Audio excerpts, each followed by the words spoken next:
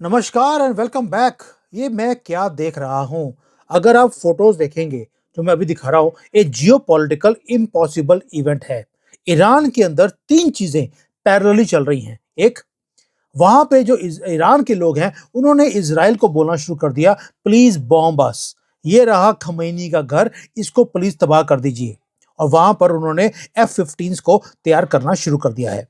दूसरा, ईरान के लोग उन्होंने इस्लाम को छोड़ना शुरू कर दिया, ये बोलकर ये फर्जी कल्ट है, हम इसे नकारते हैं।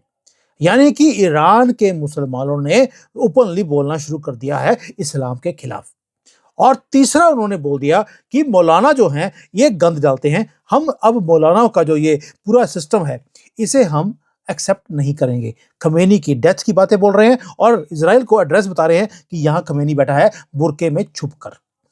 लास्टली, जो विमेन हैं वो सड़कों पे प्रोटेस्ट करने उन्होंने शुरू कर दिया और बाहर निकल के बोलती हैं, अब हम हिजाब और ये काला बोरा हम नहीं डालेंगी। उन्होंने ओपनली बोलना शुरू कर दिया, वी डिफाई दिस रूल जो 79 में जाकर हमारे ऊपर थोपा गया, हमें अपनी फ्रीडम वापस चाहिए। यानी कि एक चीज तो क्लियर है कि middle east is changing for ever. और जो मेन स्ट्रीम मीडिया है वो बात नहीं करेगा इसके ऊपर, क्योंकि जो सड़कों पे जो तेहरान में हो रहा है वो समथिंग हिस्टोरिकल है। 46 ईयर्स हो गए ये रेडिकल रजीम जिसने ईरान को हॉस्टेज बना के रखा था। एक जो फियर था इनके दिमाग में डाला हुआ, वो फियर खत्म हो गया। लोग सड़कों पे आ गए and they are saying the think and thinkable. वो जो लोग पहले बोलते थे death to America, death to Israel, आज क्या बोल रहे हैं? ऊपर आसमान की तरफ देखते हैं और वहां बोलते हैं इजराइल को, क्या बोलते हैं? We are waiting for Israeli jets. Please, Benjamin Netanyahu को बोल रहे हैं, please don't miss this chance. ये जो जॉब आपने शुरू किया था ईरान को खत्म करने का, ईरान को खत्म करने की बजाय हमारे जो जिंदगी की प्रॉब्लम है वो है खमेनी। ये खमेनी को ऊपर भेज दो। और ये बिगनिंग है दोस्तों, end of axis of evil. मैं बताऊंगा क्यों बोल रहा हूं, क्योंकि यहां पर जो चाइना है उसकी वाट लगी पड़ी है। ट्रेमर्स हैं जो चाइना के अंदर फील किए जा रहे हैं। अब आप बोलेंगे वहां पर लोगों ने हिजाब उतार दिया तो चाइना की हालत क्यों खराब होगी, ये भी बताऊंगा आपको। आप हैरान रह जाएंगे कि बीजिंग के अंदर ऐसे हिल रहे हैं लोग ईरान की हालत देखकर। अब थोड़ा सा डीपली बात करते हैं कि पहली बात यह है कि पिछले 3 दिन से मैसिव प्रोटेस्ट हो रहे हैं पूरे ईरान के अंदर। दिखाया यह जा रहा है कि करेंसी जो है वहां की वो क्रैश हो गई। अगर आपने मेरी वीडियोस को फॉलो किया होगा, 3 हफ्ते पहले मैंने ईरान के ऊपर बड़े डिटेल में वीडियो बनाया था कि अब वहां पर दंगे होंगे, उनकी करेंसी क्रैश हो चुकी है, people will come on the street. और डोनाल्ड ट्रंप यही चाहते हैं कि ईरान के लोग सड़कों पे आए। आप देख लीजिए, 3 हफ्ते पहले मां सरस्वती बैठी थी, आज सड़कों पे आ गए। और बोल क्या रहे हैं? वो ये बोल रहे हैं कि इस सिविलाइजेशन जो थी हमारी ईरान की, हमें उसकी आत्मा वापस चाहिए। और इस आत्मा को वापस लेके आने के लिए जो ईरान की विमेन है, they are leading the charge. हिजाब उठाकर फेंक दिया, जला रहे हैं उसको सड़कों के ऊपर। और जो ये मॉरल पुलिस होती है जो कहती है अगर हिजाब नहीं डाला तो कोड़े पड़ेंगे, उनको कोड़े पड़ रहे हैं। स्टूडेंट्स सड़कों पे आ चुके हैं एंड स्लोगन क्या है? दे आर सेइंग हमें पहलवी जो डायनेस्टी थी हमें वो वापस चाहिए, जो एंशिएंट ग्लोरी थी हमें वापस चाहिए। हमें ये इस्लामिक पागलपन, ये वर्ड यूज किया उन्होंने, हमें इस्लामिक पागलपन नहीं चाहिए, हमें मॉडर्न प्राउड ईरान चाहिए। जो क्राउन प्रिंस था रिजा पहलवी, उन्होंने भी बोल दिया, उन्होंने बोल दिया नेशन वाइड स्ट्राइक पे आ जाओ। आर्मी को बोल दिया अपने हथियार छोड़ दो और लोगों को बोल दिया सड़कों पे आ जाओ। और उनकी कॉल लोगों ने सुननी शुरू कर दी है। हमारे पास रिपोर्ट्स हैं कि जो पुलिस ऑफिसर्स हैं उन्होंने भी अपने हथियार छोड़ दिए और जो क्राउड है उनके साथ मिलकर उन्होंने नारेबाजी करी है गवर्नमेंट के खिलाफ। और जो रजीम है, उनके जो एनफोर्सर्स हैं वो वापस पीछे हट रहे हैं। दे आर स्केर्ड, क्योंकि इस बार जो पीपल है, जो लोग हैं वहां के ईरान के, वो कहते हैं हम बैक डाउन नहीं करेंगे। They are chanting we are together, please don't be afraid, Khamenei को मार कर ही हम दम लेंगे। और मेरा अपना मानना है, महादेव से प्रार्थना है कि खमेनी इस साल मर जाए। ये नाइटमेयर है खमेनी के लिए, गवर्नमेंट के लिए और ऊपर से मुल्ला के लिए। क्योंकि ये सबने बोल दिया कि मुल्ला जब से आया है, यही मुल्ला मौलवी जो मैड रसा में पागलपन का रस पिलाते हैं, हमें इन्होंने हमारी जिंदगी खराब कर दी। इधर सुप्रीम कोर्ट ने इंडिया में उन्होंने बोल दिया कि मदरसे और मस्जिदें तोड़नी पड़े तोड़ दीजिए, कोई दिक्कत नहीं है। उधर ईरान में ये पंगा शुरू हो गया मौलाना और मौलवियों के खिलाफ, मस्जिदों के खिलाफ, इस्लाम के खिलाफ। ये मोस्ट शॉकिंग पार्ट है कि पूरे दुनिया में अब ये मुहिम शुरू हो गई है इस्लाम के खिलाफ। यूनाइटेड नेशंस ने पहले बोल दिया ये सारे जिहादी हैं। मैंने बड़े डिटेल में इसके ऊपर वीडियो बनाया था। Now what is it that changes everything for global security? Iran उस पॉइंट पे पहुंच गया है जहां पर उन्होंने इजराइल से डायरेक्टली बोलना शुरू कर दिया कि ईरान और इजराइल ये दोनों फ्रेंड्स हैं। दे आर सेइंग हमारी दोनों की कभी लड़ाई थी ही नहीं, आपका दुश्मन और हमारा दुश्मन वो सेम है, वो है खमेनी, वो है मुल्ला। और एक प्रोटेस्टर ने तो ये भी बोल दिया नेतन्याहू को कि 9 करोड़ ईरान के लोग अपना दिल देते हैं आपको, प्लीज हमारे ऊपर बॉम्ब फेंकिए और हमें बचाइए। आप सोच के देखिए, एक मुसलमान कंट्री वो ज्यूइश कंट्री को बोल रहा है मुझे लिबरेट करिए, मुझे फ्रीडम चाहिए, क्योंकि उन सबको मालूम है कि एक्चुअल एनिमी है कौन। और इजराइल ने बोल दिया वी आर रेडी। पेंटागन ने अभी अभी एक मैसिव डील साइन करी है $8.6 बिलियन के, जो नया फाइटर जेट है 15A वो देने की बात कर ली। ये टेलर मेड है इजराइल के लिए, और ये सिर्फ डिफेंस के लिए नहीं है, ये हैवी हिटिंग लॉन्ग रेंज के ये प्लेन्स हैं जो डोनाल्ड ट्रंप ने दिए हैं, और ये रीच कर सकते हैं तेहरान तक। जो ये खमेनी है वो उन्होंने बोल दिया, खमेनी को इजराइल ने, कि तुमने अगर इजराइल के प्रोग्राम को दोबारा शुरू करने की सोची भी तो हम मिसाइल्स को के साथ तुम्हें उड़ाने वाले हैं। और डोनाल्ड ट्रंप ने बोल दिया मेरी पूरी सपोर्ट है। यानी कि मैसेज बड़ा क्लियर है कि ये जो ईरान के अंदर खमेनी के दिन है वो बड़े थोड़े रह गए हैं। वो बेचारा अभी बुरके में, वही जैसे आसिम मुनीर आपको बुरके में कहीं कहीं बहकता हुआ दिखाई देता है, खमेनी का भी यही हाल है। सुना है उसने जितने भी इलेक्ट्रॉनिक गैजेट्स हैं वो अपने बंद कर दिए, और अगर किसी का फोन आता है तो 100 मीटर दूर वहां पे खड़े होकर वो फोन सुनता है स्पीकर के ऊपर, क्योंकि उसमें कभी भी बॉम्ब निकल सकता है, बाकी आपको पता ही है। अब थोड़ा सा चाइना का देखते हैं हाल क्या है, थोड़े कनेक्ट करिए डॉट्स को। और ये मैटर क्यों करता है भारत के लिए? क्योंकि ईरान, चाइना के ऊपर बाद में आऊंगा, ईरान अकेला एक्ट नहीं कर रहा।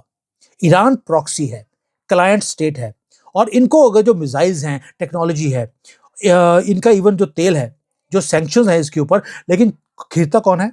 ये सारा काम करता है चाइना। कम्युनिस्ट पार्टी वो ईरान को बोलती है मेरा little brother. Little brother ballistic missiles हैं, वो सारे के सारे जो पार्ट्स हैं वो चाइना से आते हैं। इनकी इकोनॉमी ईरान की वो चलती है चाइनीज मनी के साथ। अगर ईरान गिरेगा तो चाइना की जो बिगेस्ट फुट होल्ड था मिडिल ईस्ट के अंदर वो खत्म होता है। और जो ये एक्सिस बनाया हुआ था ईरान, पाकिस्तान, चाइना, ये तीनों ने मिलकर, उसकी एक टांग टूट जाएगी। दूसरी टांग हमने तोड़ दी पाकिस्तान की, चाइना का क्या हाल होगा?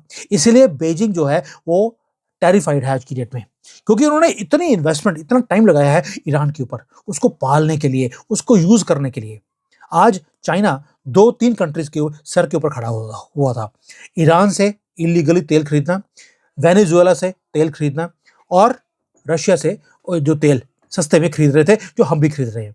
अब रशिया से तेल बंद, ईरान का बंद, वेनेजुएला से बंद। जो मैं बार बार बोलता हूं, प्लीज फॉलो द मनी। मतलब क्या है? जब आप देखते हैं कि डोनाल्ड ट्रंप का जो इशारा है वो चाइना को बर्बाद करना है या आपको, भाई भारत को तो सारी जो बैंड टेक्नोलॉजीज हैं अमेरिका की, जो किसी को देते नहीं है, वो दे दी हमको। डाटा सेंटर्स भारत में खुल रहे हैं, सारी बिग टेक कंपनीज अमेरिका की वो भारत में अपनी इन्वेस्टमेंट्स कर रही हैं। क्या आपने सुना है कि चाइना में किसी की इन्वेस्टमेंट हो रही हो? तो टारगेट चाइना है, भारत नहीं है। आप सिर्फ न्यूज देखते हैं जो आपको दिखाई जाती है, ये जो मायूसी छाने वाली न्यूज, लेकिन एक्चुअल क्या है? बेइजिंग को टेरिफाई करना है, and that is exactly what is happening. और चाइना में जैसे जैसे रशिया, वेनेजुएला, ईरान, इनका तेल जो सस्ता माल आ रहा था वो आना बंद हो गया, तो चाइना की प्रॉब्लम्स बढ़नी शुरू हो गई हैं।